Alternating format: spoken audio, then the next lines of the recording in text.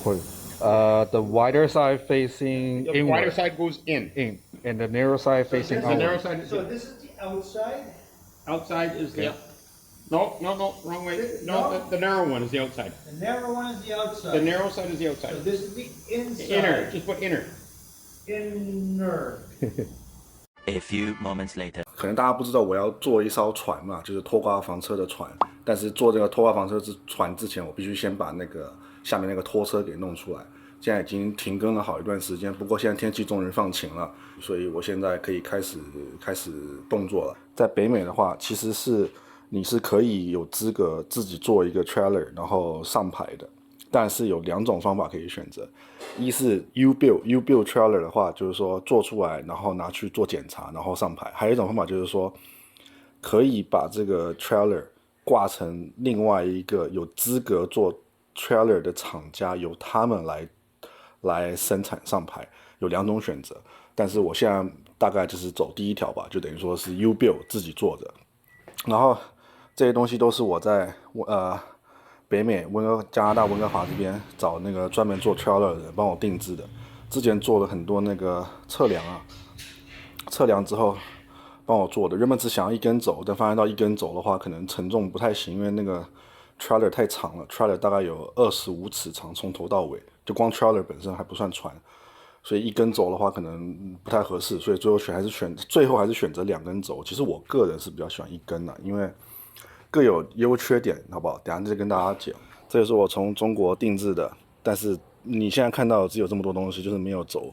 为什么没有轴的原因是因为，为什么我不用中国的轴？是因为如果要过这边的检查的话，它必须是 DOT approve， 就是要合格的，要有专门的店，去帮你担保检查上牌。那如果我从中国直接用中国的没有 DOT 认证的话，那些厂家通常不太愿意。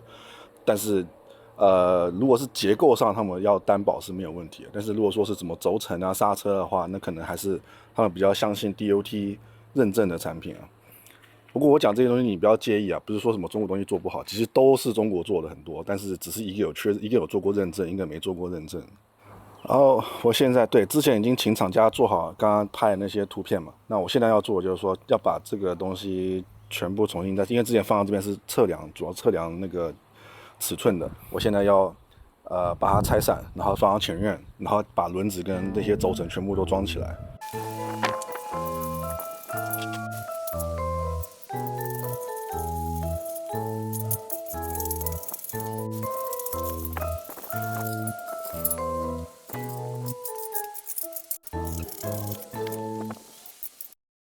OK， 就是这里，我等一下在这边把它先架起来，架到这边。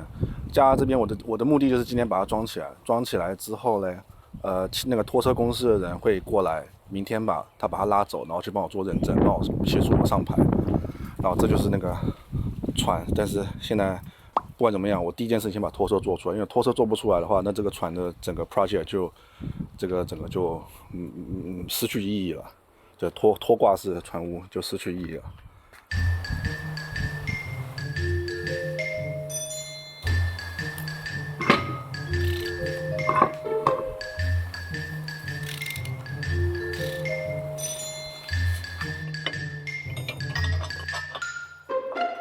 给你们看一样东西，其实都是中国做的。你看这边，这刹车 Made in China， 其实都中国做，只是差异就是一个是有认证，一个是没认证。然后，如果看过我成都房车那一集的人的话，应该知道我喜欢的是电刹，因为电刹可以控制刹车力道。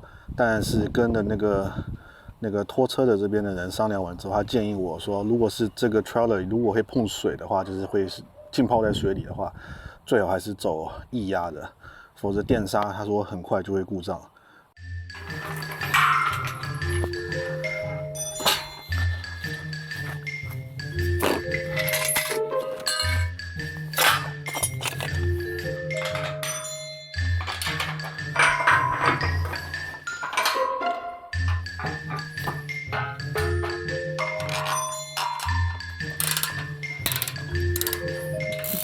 现在就我只能做到这么多了，现在就是等那个我请那个 trailer 的厂家把它拉走，然后帮我再定制一个那个叶子板，就是那个 fender， 然后帮我上牌。到最后的时候，我再来统计一下到底这个 trailer 花了多少钱。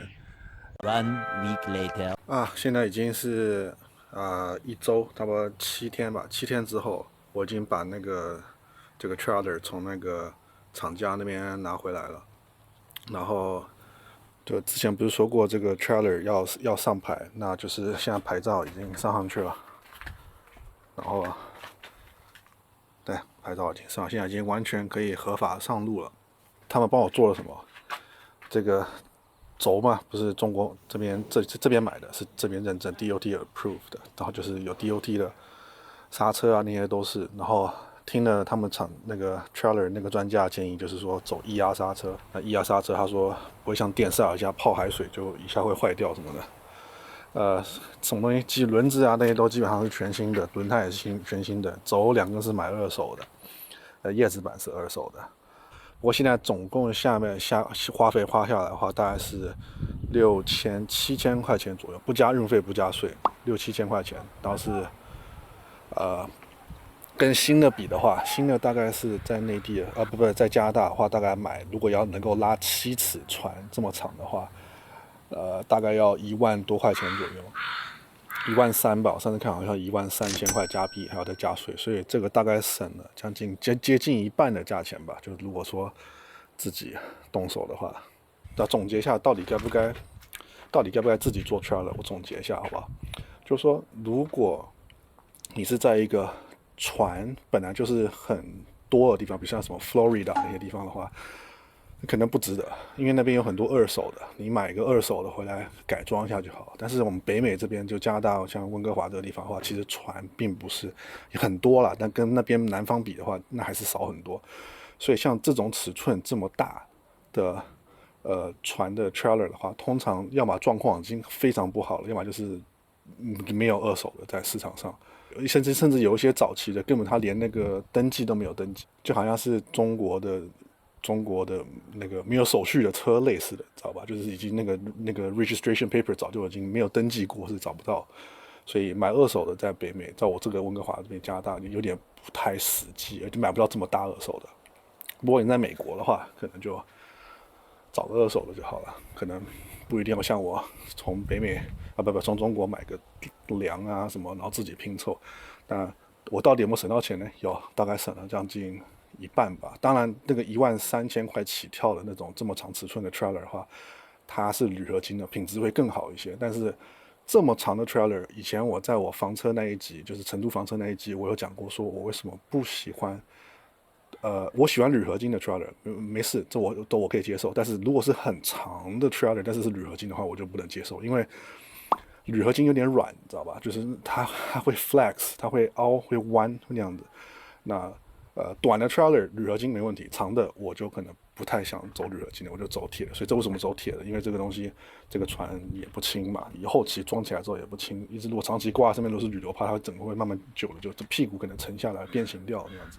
跑题了，不管怎么样，反正大家对游艇啊、对船这个有兴趣的话，如果你在加拿大可能有这么大的船的话，超过6米以上的话，你可以考虑从中国定制一个梁发过来。因为现在运费也开始掉下来了，就没有像疫情之前那么贵，这是可以考虑的。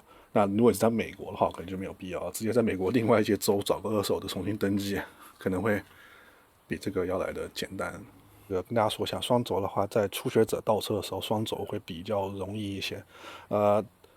单轴的话，会转弯倒车的时候会太容易倒，就是它很容易就改变方向。这个双轴的改变方向，倒车的时候稍微慢一点。所以其实初学者来讲的话，双轴的 trailer 会比较好倒车。当然，如果你技术够好，单轴、双轴都对你而言可能都差不多，都一样。那初学者的话，双轴其实会比较好倒车，好不好？这个我知道可能感觉好像说反了，其实但是真的是这么一回事。因为双轴它改变方向稍微缓一点点，因为如果你们拉过 trailer 倒车，应该也知道很敏感，方向盘偏一点点，后面整个 trailer 就会往一边摆。然后这个 trailer 总共是26尺长，26尺，看是多少公尺啊？反正大概7米，从黑色的地方算过来的话，到屁股尾巴这边 handover 大概一点点，大概是这边是7米，对，所以整个 trailer 大概7米多一点。有些朋友问我，就是在别的平台上问我说，我还会不会再回亚洲去拍那些自驾游啊什么的？我还是会的。但是今年的话，2023年到2024年初的话，我是基本上没办法离开，因为这边家里有事，所以才会有这个跟这个的 project 嘛。这样的话可以带大家去看看加拿大后期了。那明年以后，这弄好之后，对吧？不管怎么样。还在跟着我的朋友，感谢你们一直在追踪我了。然后不管怎么样感谢大家观看了，好不好？下一个开始的话，就是有时间我就开始弄这个船，天气开始变好了。